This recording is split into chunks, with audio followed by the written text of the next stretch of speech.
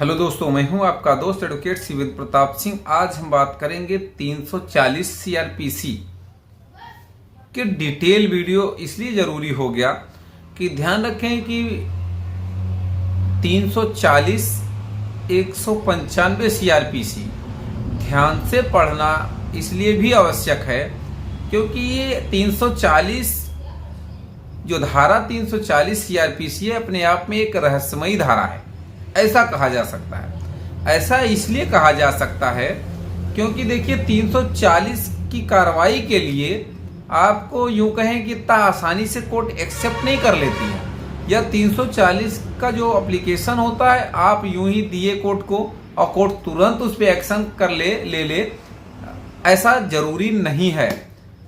और कौन कौन इसमें वादी हो सकता है, किस तरह से पूरी इसकी प्रक्रिया चलती, इसके बारे में बताएंगे।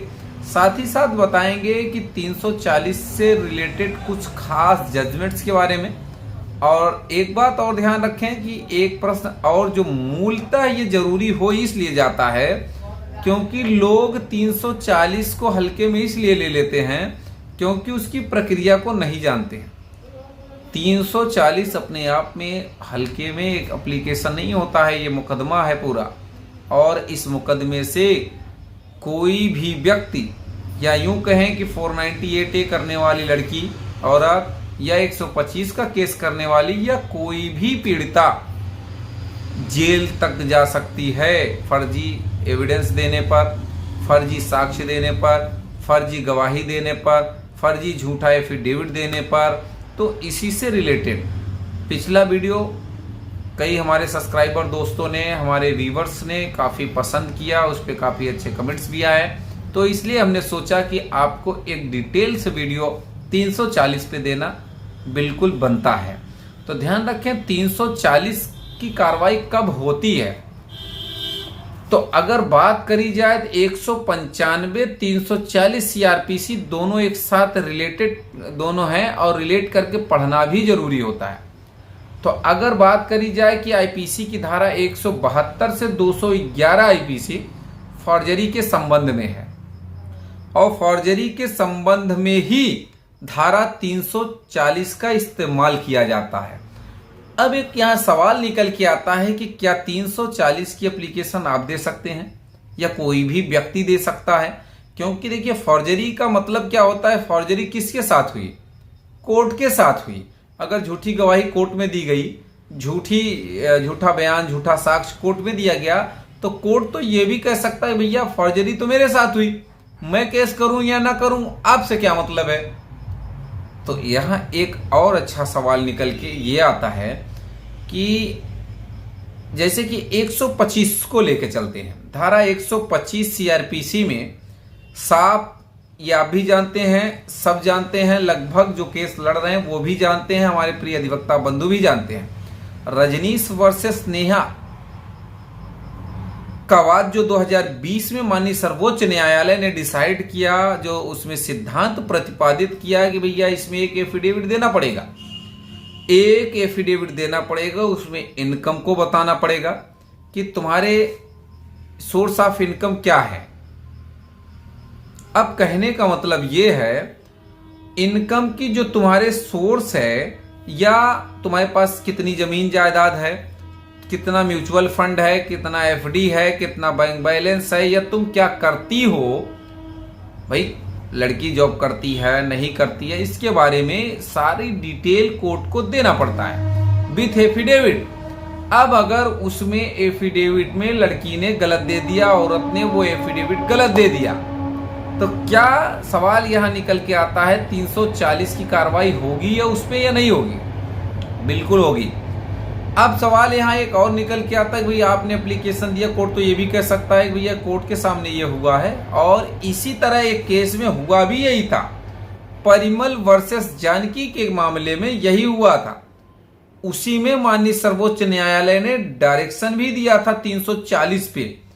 शादी का झांसा देकर रेप की बात कही गई थी, प्रेगनेंसी की बात कही गई थी, बाद में कोई भी चीज इसमें साबित नहीं हो पाया था। तो परिमल क्या करते भाई, वो गए कोर्ट, मजिस्ट्रेट ने रिजेक्ट कर दिया, हाई कोर्ट ने रिजेक्ट कर दिया, कहने का मतलब ये है कि हाई कोर्ट ने भी रिजेक्ट कर दिया तो परिमल नहीं माने, सुप्रीम कोर्ट तक गए।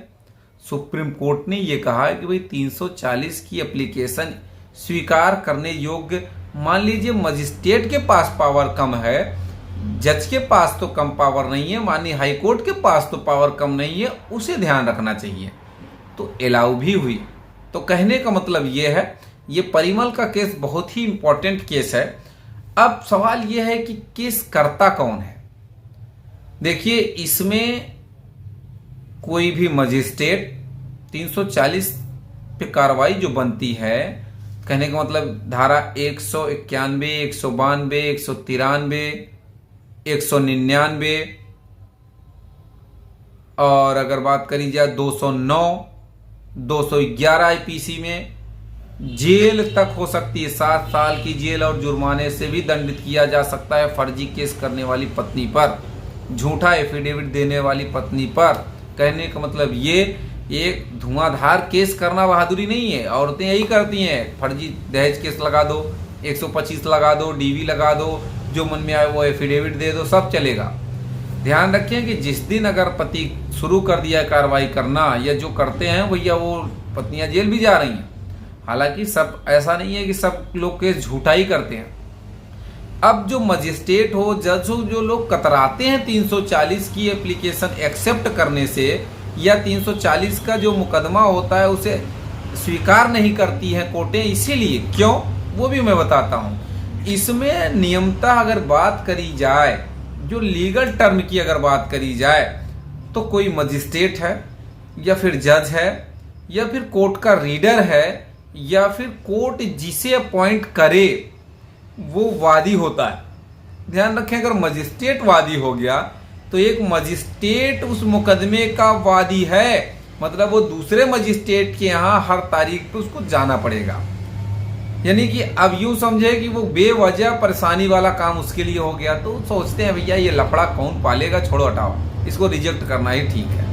तो आप परेशान ना हो, अगर आप मजिस्ट्रेट कोर्ट रिजेक्ट करती है तो आप सीधे सेशन कोर्ट जाएं, सेशन रिजेक्ट करती है तो आप हाई कोर्ट जाएं, हाई कोर्ट रिजेक्ट करती है तो डायरेक्ट सुप्रीम कोर्ट जाएं। हर दरवाजा आपके लिए खुला है, तो इसीलिए कोर्टें कतराती हैं। अब एक सवाल यहां और निकल के आता है कि इस पे कुछ खास जजमेंट्स की बात अगर करी जाए तो भाई एक परिमल वर्सेस जानकी का केस तो है ही, दूसरा एक case Mahesh Kumar Tiwari versus state of UP 2016, माननीय इलाहाबाद हाई कोर्ट का ये केस है, ऑर्डर है 340 पे, झूठ बोलते ही क्राइम हो जाता है। ये माननीय इलाहाबाद हाई कोर्ट ने कहा कि झूठ बोलते ही क्राइम हो जाता है, यानी कि अगर आपने झूठ बोल दिया कोर्ट में तो ये समझो कि 340 की कार्रवाई होगी, किसी भी गवाही की जरूरत नहीं होगी इसमें। एक और केस है Sanjeev Kumar Gupta versus state of NCT 2010 का मामला है। एक केस और आपको बताते चले, Himanshu Kumar versus state of Chhattisgarh, ये क्रिमिनल नंबर 10-103/2009 का ये मामला है। ऑर्डर डेट है ये 14/7/2022।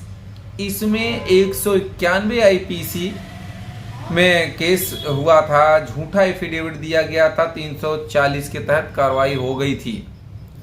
एक केस और आपको बता दें,